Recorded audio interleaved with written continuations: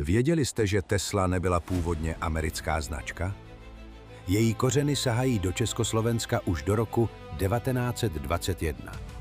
Tehdy v Praze vznikla firma Elektra, která začala vyrábět žárovky. Už od roku 1925 přidala elektronky a brzy se stala jedním z nejvýznamnějších elektrotechnických podniků v zemi. V roce 1932 ji převzal holandský Philips. Do roku 1938 měla továrna přes 1000 zaměstnanců a na 4 výrobních linkách vznikaly elektronky i celé radiopřijímače. Během druhé světové války byla továrna začleněna do válečné výroby pro nacistické Německo a její produkce směřovala pro potřeby Wehrmachtu. Po válce přišlo znárodnění a právě tehdy vznikla značka Tesla. Postupně se spojilo několik elektrotechnických firem a z Tesly se stal technologický gigant celého Československa.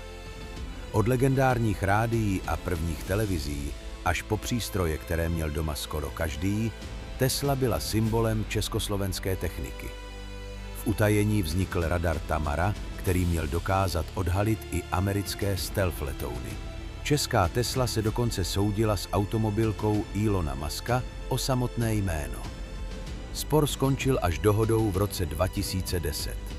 Takže když dnes slyšíte Tesla, napadne vás spíš Musk nebo Československo?